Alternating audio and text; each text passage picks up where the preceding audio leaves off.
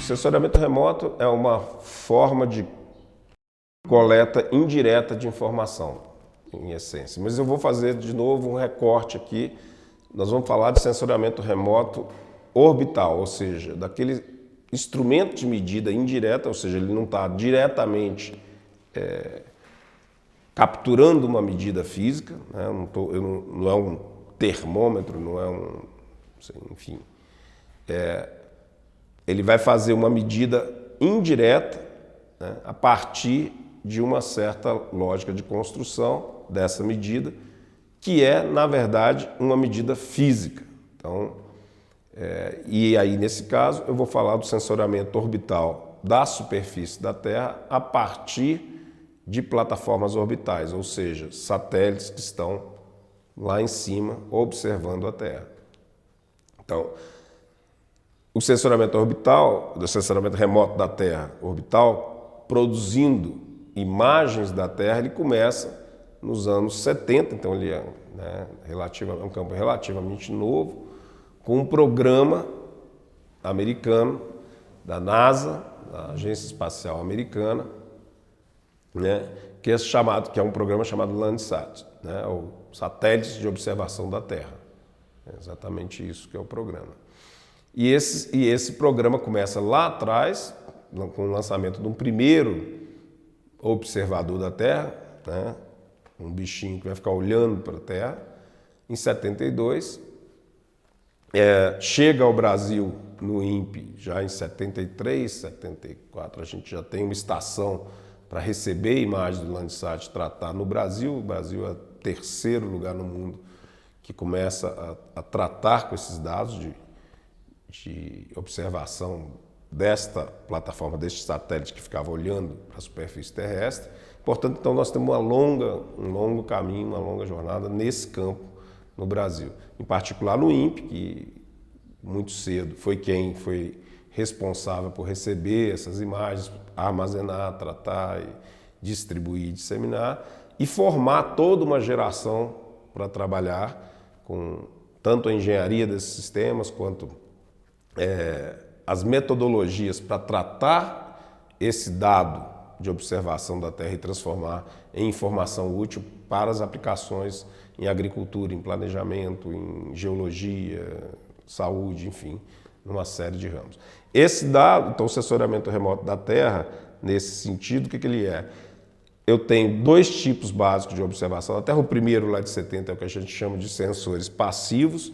Então, por que eles são passivos? Porque, na verdade, eu tenho uma engenhoca, né, de engenharia, como uma eletrônica qualquer, que é um experimento de física, né?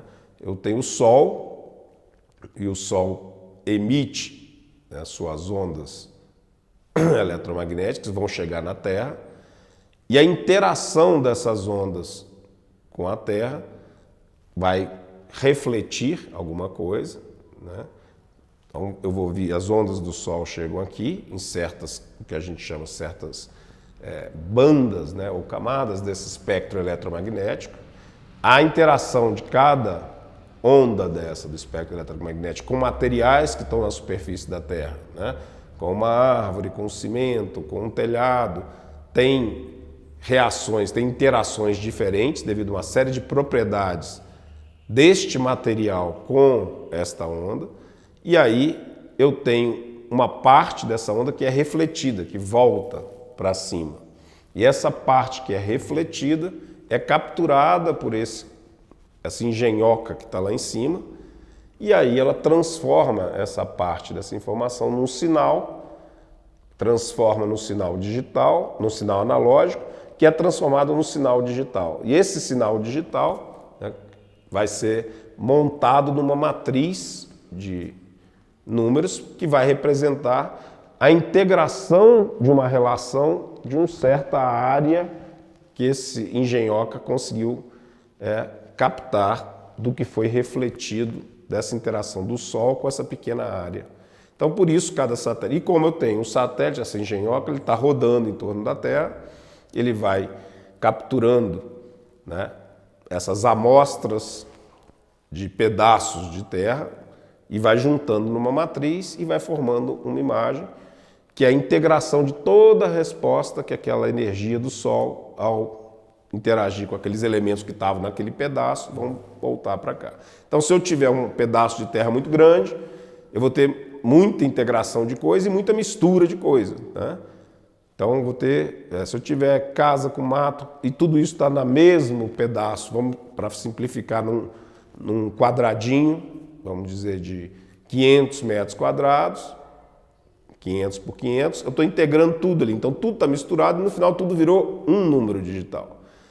Quanto mais eu diminuo o tamanho desse quadradinho, eu vou podendo olhar só a árvore, só a casa. Tal. Então, eu vou ter menos integração, vou ter uma resposta mais específica da interação de um objeto com a luz do Sol e, portanto, vou ter mais definição para identificar aquilo. Como a gente, lá atrás, esses programas começaram, então, com 60 metros, depois 30, enfim, e é com isso, quer dizer, esse elemento que a gente, no final, devolve para cá, para a engenharia, essa matriz de números que foram transformados desse sinal, e atrás desse número a gente pode desenrolar esse número para trás para entender a radiância, que é a variável física que eu medi, que na verdade é aquela que representa a resposta da interação entre aquela onda eletromagnética e o material com o qual ele interagiu.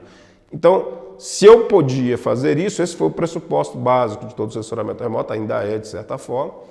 Eu posso ter, é como se eu pudesse ter uma tabela de coisas, que eu antes vou no laboratório e meçar, o café, quando eu boto uma onda sobre o café, ele responde desse jeito. Quando eu boto uma onda sobre um telhado, ele responde desse jeito. E aí eu tenho, né, a resposta espectral, a resposta dos objetos a essa interação com a luz. Se eu desenrolar esse número para entender essa variável física da medida, eu associo então esse número ao café, ao telhado, à casa e tal. Então, toda a ideia do programa era essa, porque a partir dessa medida física eu poderia desenrolar tudo. Obviamente que no meio disso tem muita confusão, né? Tem muitos tamanhos. Por isso que também, quando eu estou lá em cima, eu posso voltar ao mesmo lugar. Então, eu tenho uma resolução espacial, que é esse tamanho de integração, e temporal, quanto tempo eu demoro para revisitar aquele lugar.